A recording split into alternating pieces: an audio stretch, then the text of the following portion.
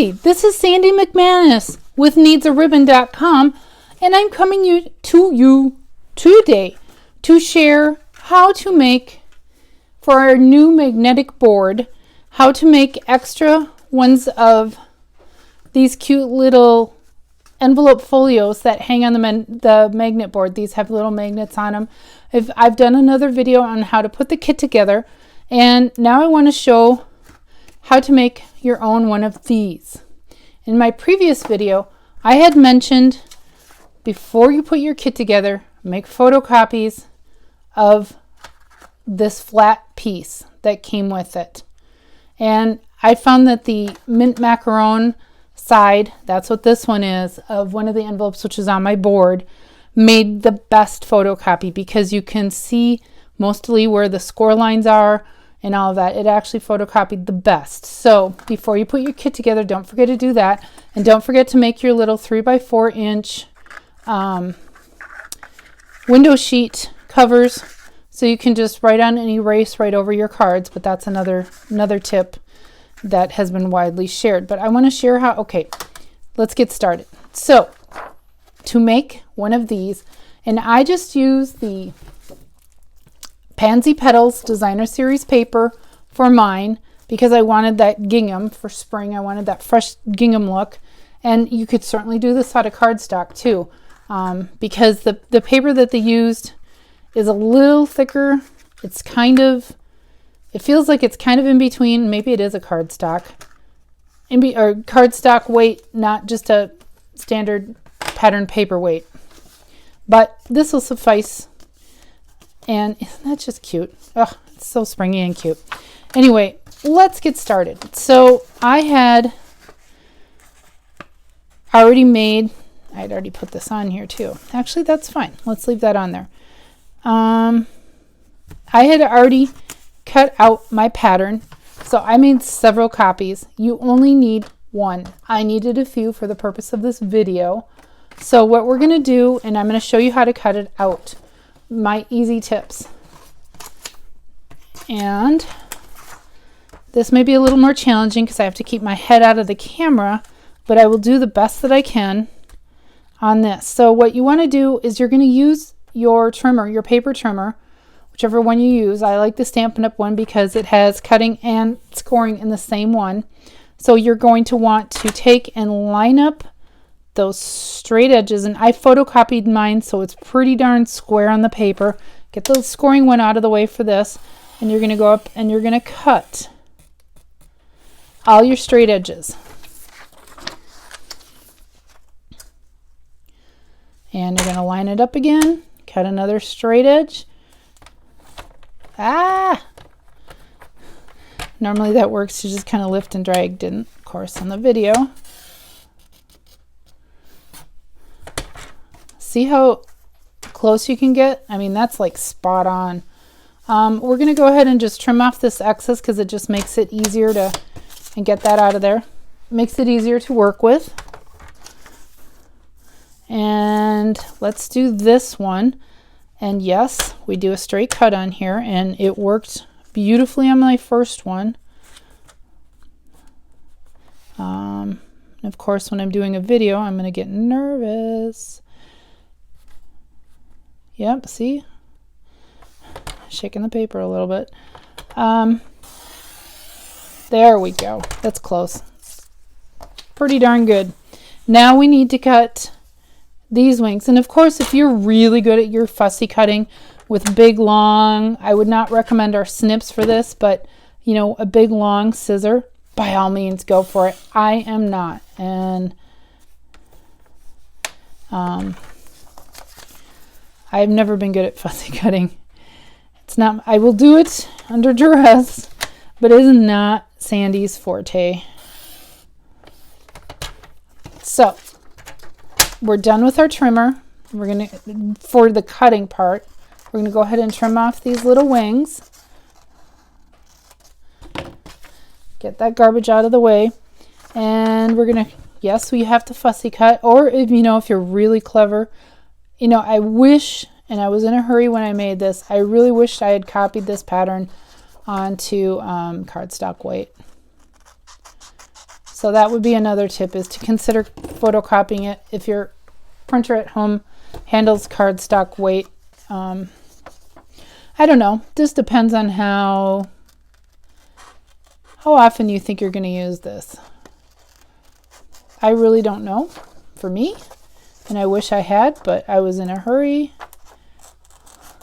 But that is another tip, is to photocopy it using the mint side of one of the envelopes before and putting it on cardstock weight. And I'm just going to do 1 or 2 of these because this is where Sandy's fussy cutting gets pretty iffy. But you get the general idea. So you can do that on your own time. So next we need to get our scoring. So if you're one of those that accidentally grabs the wrong, blade here, pull your cutting blade out of the way. I've only done that once or twice. Yeah, and that's because the paper's so thin it kind of almost rips it. And that's okay. I was also pressing pretty hard. It's just a pattern.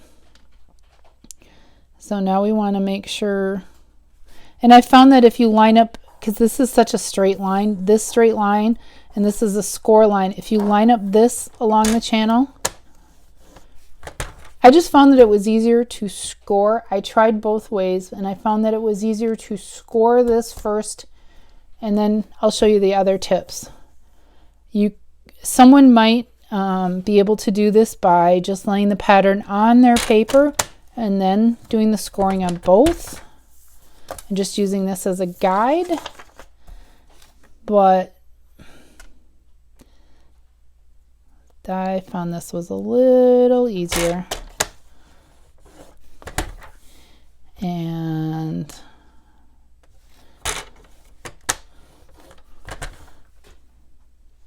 because that way you know exactly where your folds should be. And this one didn't photocopy real well, but it's pretty easy to guess where it goes.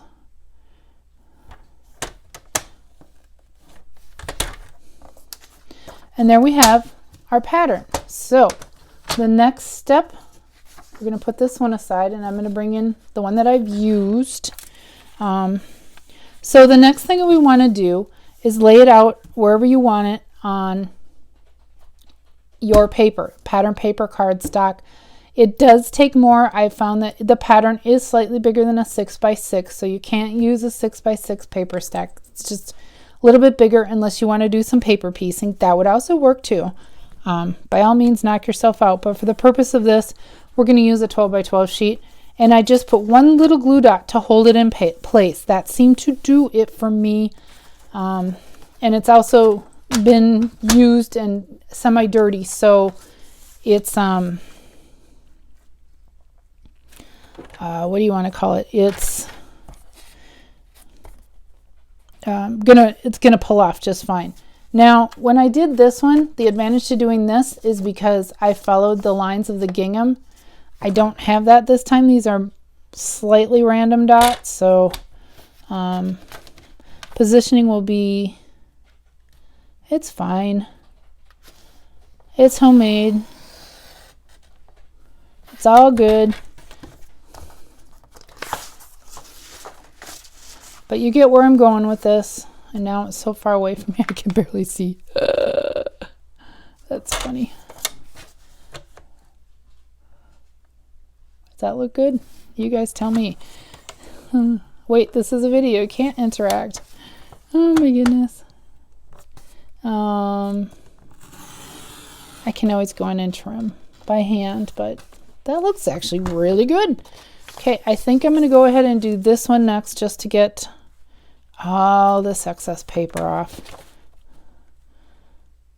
And that's what I found before too, is the order for cutting the pattern is slightly different, and I'm going to go ahead and just do that than when you're actually doing it. So next we need to get off these wings. just like that.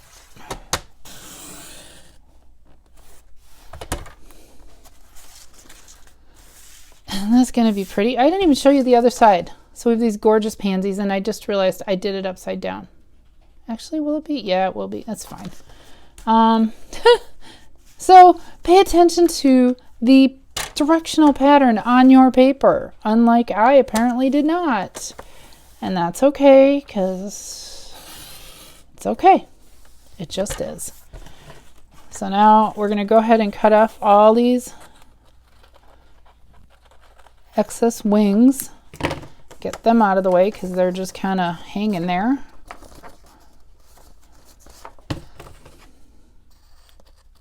You see how this goes pretty darn fast too. So I'm not done with you because I still have to do the scoring, but now we can do a little fussy cutting.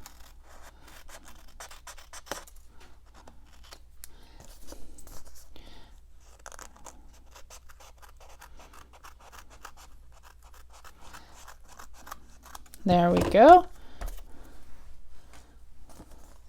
We can cut our little dip. You don't need to cut the dip, but I think it's cute. Or you could use a punch. You know, that's something else. You could go in there with a punch. Or since we don't have circle punches, you could go in there with one of the circle dies or some other fun shape for a dip. Get that out of the way. And I suppose I should have to do this live to finish it.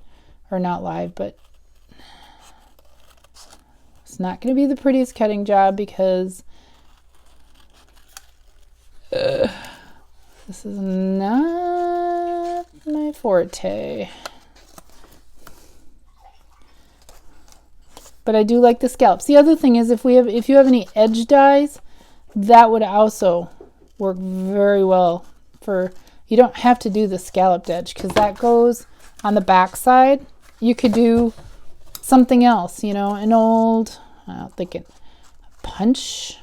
Yeah, we've had some edge punches if you have a retired edge punch or some edge dies, or you can just cut it straight for that matter. You don't have to do the scallop. I like the pretty scallop though. I like ruffles occasionally. I like scallops occasionally, not the food. Just the edge. And you probably could hear my husband snort in the background because, yeah, no seafood pour moi. Yeah, not the prettiest cutting job, but we're not here to criticize Sandy on that. Okay, so the last step before we assemble is to get those score lines in. And let's get that one out of the way right away because that's a nice, easy one. Get the cutting blade well out of the way. No point in fluffing that up now. And let's get that. Get the easy. I find that just get the easy ones out of the way first. Okay. Next one. Is it shifted a little bit? Maybe a little. You can see my awesome cutting job. Blah. That's okay. It'll look fine assembled. Okay, I think I'm good. And then we need that invisible one.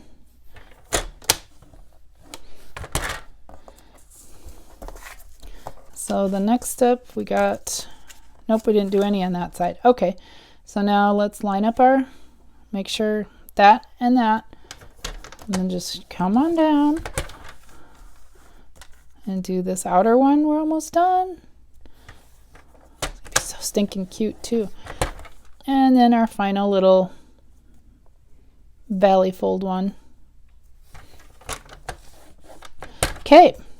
And I found it was easier to keep the pattern on while you do your folds, just so you know what exactly you're looking for. So,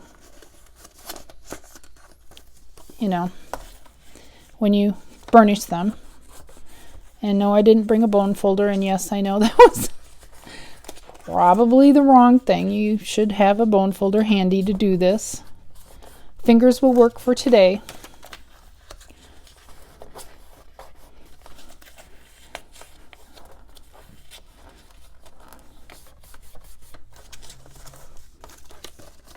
And now, since it's only on by one gently used glue dot, there, we can take that off and reuse that. And we don't need this anymore, so we can take that out of the way. You will need tear and tape. And honestly, I was just thinking, you know, these are so cute. You don't have to use them on the magnetic board. You could just use them for other things. Oh my gosh, that is so cool. Who'd have thought of that? Because it really is a cute little folio envelope pattern.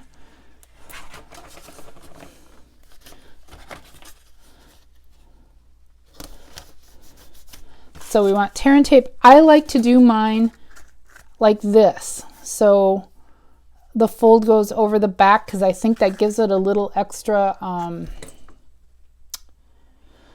what's the word? Security. But you could take and put the tape here and do like that. But if you put anything with any, you know, more than a few sheets of paper, it could potentially rip. I just think it adds a little extra reassurance on the back, and it's not going to show. So to me, I think that's a win-win. And I can't remember what the original instructions, I think, said it could go either way. I don't remember because I put my kit together quite a while ago now.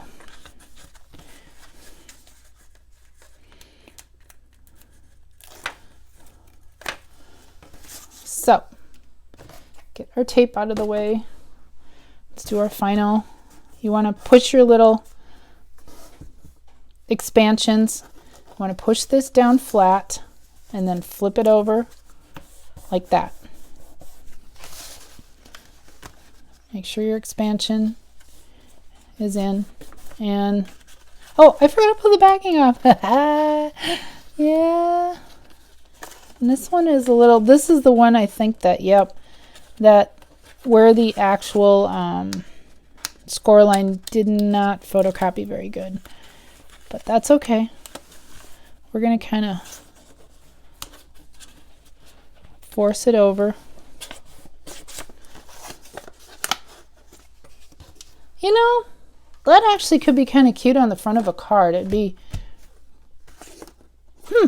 ideas are coming to mind.